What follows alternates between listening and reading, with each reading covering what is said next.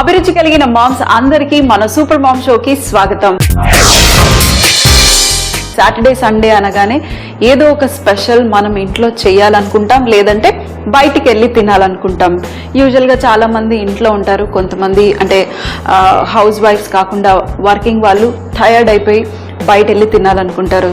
ఇంట్లో ఉన్న వాళ్ళు ఈ డిష్ని ట్రై చేయొచ్చు. ఇది చాలా చాలా సింపుల్ అండ్ ఫాస్ట్గా అయ్యే రెసిపీ. వీకెండ్స్లో ఈజీగా చేసుకోవచ్చు.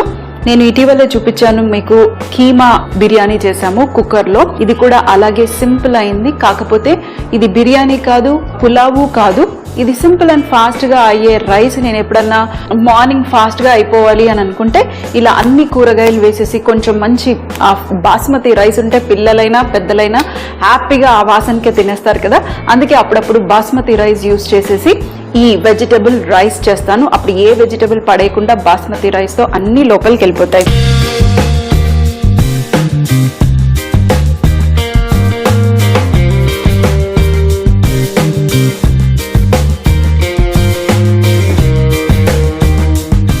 ఫస్ట్గా మనకి ఇది చేయటానికి ఇది వెజిటబుల్ రైస్ అని చెప్పాను కదా.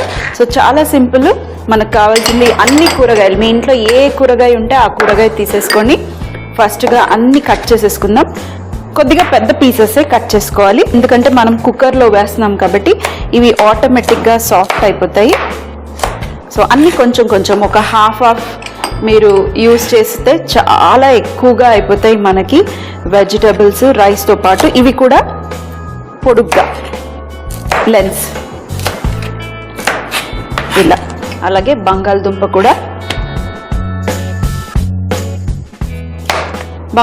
కూడా ఒక హాఫ్. నేను 1 కప్ రైసే యూస్ చేస్తున్నాను, అందుకనే అన్నీ కొంచెం కొంచెంగా వాడుకుంటున్నాను వెజిటబుల్స్. మరి ఎక్కువగా వెజిటబుల్స్ అయితే కూడా తీసేసి పడేస్తారు. అలాగే గోబీ మీకు కావాలి ఇష్టము అనుకుంటే వేసుకోండి. ఇవి కూడా కొంచెం మీడియం సైజ్ పీసెస్. అలాగే గ్రీన్ పీసెస్. సో చూసారు కదా, మంచి కలర్ అయిన వెజిటబుల్స్ రెడీ అయిపోయాయి. ఇప్పుడు మనం స్టార్ట్ చేద్దాం. ఫస్ట్గా ఆయిల్ వేసుకుందాం. మరీ ఎక్కువ అవసరం లేదు, ప్రెషర్ కుక్కర్లో చేస్తున్నాం కదా. ఇప్పుడు నేను 1 ఉల్లిపాయను కూడా కట్ చేసేసుకుంటాను. ఉల్లిపాయను కూడా మీరు రఫ్గా చాప్ చేసుకోవచ్చు, ఫైన్గా చాప్ చేయాల్సిన అవసరం లేదు, లెన్స్గా చాప్ చేయొచ్చు.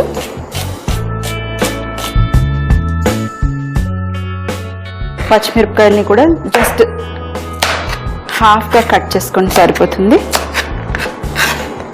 ఎంత స్పైసీగా కావాలో దానికి తగినంత పచ్చిమిరపకాయలు. ఆయిల్ వేడెక్కిపోయినట్టే కొద్దిగా ఇందులో కావాలంటే వేసుకోండి, ఇవి ఆప్షనల్. కొంచెం జీలకర్ర వేసుకోండి, కావాలంటే షాహీ జీరా వేసుకోండి. నేను కొద్దిగా లవంగా, ఒక ఇలాచి, పట్ట వేస్తున్నాను అంతే, ఎక్కువ కాదు. టూ మచ్ స్పైసీగా అవసరం లేదు, సింపుల్గా ఈజీగా ఉండేటట్టు. ఇవి వేసిన తర్వాత ఇందులో మనం ఉల్లిపాయలు, పచ్చిమిరపకాయలు బ్రౌన్ చేయాల్సిన అవసరం అస్సలు లేదు, అందుకనే నేను అన్నీ ఒకటేసారి వేసేసుకుంటాను. కొద్దిగా సాల్ట్, అలాగే అల్లం వెల్లుల్లి పేస్ట్ కూడా.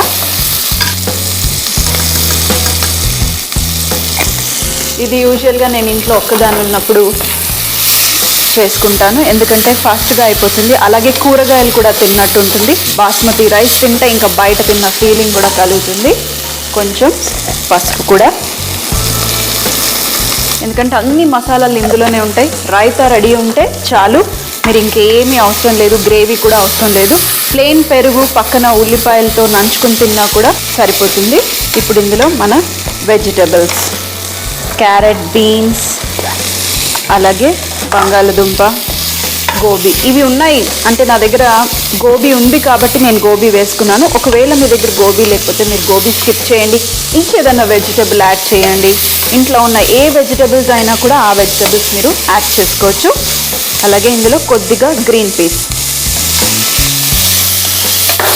వేసేసి ఒక్కసారి మిక్స్. కొంచెం పుదీనా కూడా,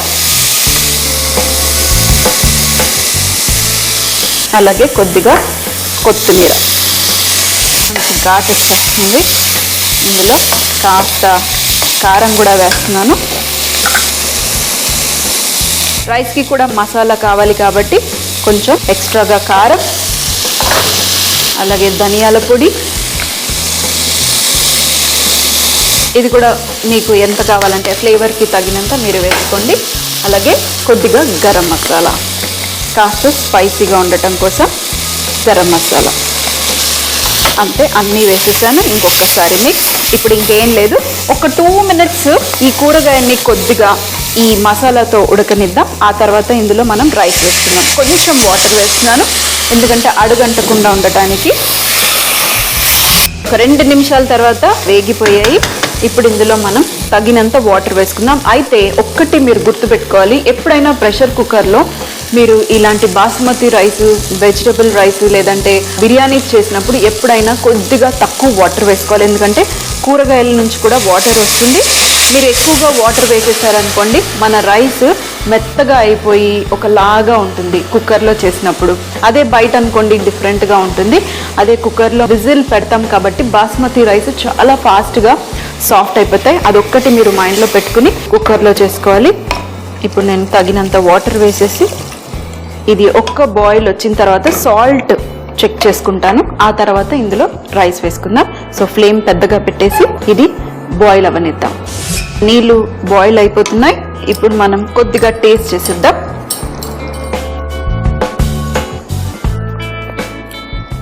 ఇలాంటి వాటికి ఎప్పుడు మనకి కరెక్ట్గా టేస్ట్ తెలుసుకోవచ్చు. బిర్యానీకి అయితే మనం పచ్చి మటన్లో వేసుకుంటాం కాబట్టి సాల్ట్ చెక్ చేయలేము.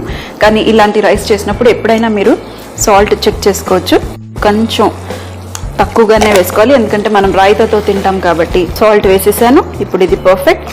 అలాగే వాటర్ కూడా చూడండి చాలా తక్కువగా ఉన్నాయి, అలాగే ఉండాలి. మరీ ఎక్కువగా వాటర్ ఉందనుకోండి రైస్ సాఫ్ట్ అయిపోతాయి. రైస్ని కూడా ఎప్పుడైనా బాస్మతి రైస్ని ఒక 30 minutes లేదా ఒక 20 minutes అన్న మినిమం నానబెట్టేసి పెట్టేయండి. అప్పుడు ఇంకా బాగా ఉడుకుతాయి. రైస్ కూడా పొడి పొడిగా ఉంటుంది. ఇప్పుడు ఇంకేం లేదండి, మూత పెట్టేసి ఒక 2 whistles వస్తే సరిపోతుంది. ఒక 2 లేదా 3 whistles వచ్చేంత వరకు ఉడికిచ్చేసుకుంటే మన రైస్, అదే వెజిటబుల్ రైస్ రెడీ అయినట్టే.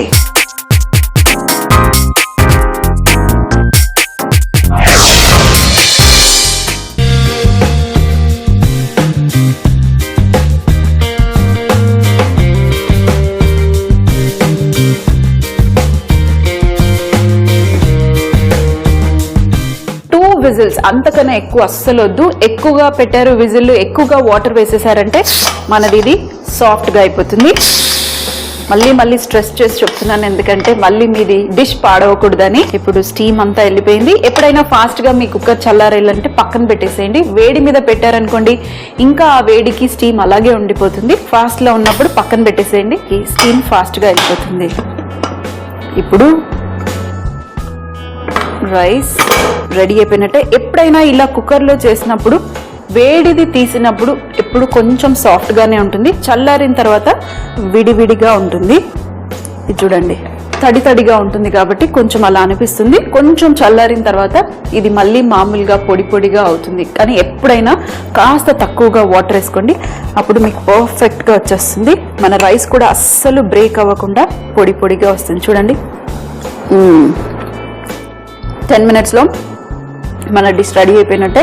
అన్ని వెజిటబుల్స్ మీ దగ్గర ఉంటే ఇంకా ఈ డిష్ సూపర్. ఇంకా ఏం అవసరం లేదు, చూసారా అన్నీ ఇందులోనే ఉన్నాయి. చాలా ఎక్కువగా వెజిటబుల్స్ ఉన్నాయి. సింపుల్గా పెరిగిచ్చేసేయండి, పక్కన వేసేసుకొని తినేసుకోవచ్చు. నా దగ్గర ఇక్కడ ప్లేట్ రెడీగా ఉంది సర్వ్ చేయడానికి. నేనైతే యూజువల్గా ఈ రైస్ ప్రిఫర్ చేస్తాను. పక్కన కొంచెం ఆనియన్స్, ప్లెయిన్ కర్డ్ చాలా ఇష్టం. ఇంకా ఇప్పుడు అన్ని కూరగాయలు కూడా ఎక్కువగా, ఇది బాక్సెస్కి చాలా బాగుంటుంది. టిఫిన్ బాక్స్కి కూడా మీరు మార్నింగ్ పెట్టాలి అనుకుంటే 10 minutesలో మీ డిష్ రెడీ అయిపోతుంది. సో మార్నింగ్ టైమ్స్ కూడా ఇలా రైస్ చేసి బాక్స్లలో సర్వ్ చేయొచ్చు వేడిగా. అన్ని కూరగాయలు పర్ఫెక్ట్గా ఉడికిపోతాయి ఎందుకంటే ప్రెషర్ కుక్కర్లో కదా మనము కుక్ చేసింది. మరి చివర్లో కొద్దిగా కొత్తిమీర వేసేసి ఇంకా మన dish ready. Simple and fast. మరి నేను టేస్ట్ చేయడానికి ప్యాన్లో నుంచే మంచి సువాసన వచ్చేస్తుంది. మరీ ఘాటుగా లేదు, పర్ఫెక్ట్ గా ఉంది. పిల్లలకి కూడా ఇలా ఇచ్చేసారనుకోండి బాగా తింటారు. కూరగాయలు తినలేదు పిల్లలు అంటే ఏం చేయండి, చాలా చిన్నగా కట్ చేసేసేయండి. వేరి పారేయకుండా అలా చిన్నగా కట్ చేస్తే హ్యాపీగా తినేస్తారు. వెజిటబుల్ రైస్ తయారు చేయు విధానం. ముందుగా స్టవ్ పై పాన్ పెట్టుకుని అందులో తగినంత ఆయిల్, అలాగే లవంగ, ఇలాచి, దాల్చిన చెక్క, ఆ తర్వాత సన్నగా కట్ చేసి పెట్టుకున్న ఉల్లిపాయ, పచ్చిమిరపకాయ, కొద్దిగా సాల్ట్ వేసి కాస్త వేగనివ్వాలి. ఆ తర్వాత పసుపు వేసుకొని మరొక నిమిషం పాటు కలుపుకున్న తర్వాత ఇందులో క్యారెట్, బీన్స్, గోబీ, పొటాటో వేసుకుని బాగా మిక్స్ చేసి అందులో కొద్దిగా గ్రీన్ పీస్ కూడా వేసుకుని మరొకసారి మిక్స్ చేసుకోవాలి. మిక్స్ చేసుకున్న తర్వాత ఇందులో పుదీనా, కొత్తిమీర, కారం, ధనియాల పొడి, గరం మసాలా బాగా మిక్స్ చేసుకుని ఒక 2 నిమిషాల పాటు కూరగాయల్ని మూత పెట్టి ఉడికించుకోవాలి. ఆ తర్వాత బాస్మతి రైస్ ఉడకటానికి తగినన్ని నీళ్లు వేసుకుని, నీళ్లు మరిగిన తర్వాత సాల్ట్ చెక్ చేసుకుని నానబెట్టుకున్న బాస్మతి రైస్ ని వేసుకుని ఒక్క ఉడుకు వచ్చిన తర్వాత మూత పెట్టుకుని ఒక 2 విజిల్లు వచ్చేంత వరకు ఉడికించుకొని వేడిగా ఈ వెజిటబుల్ రైస్ ని సర్వ్ చేస్తే చాలా బాగుంటుంది.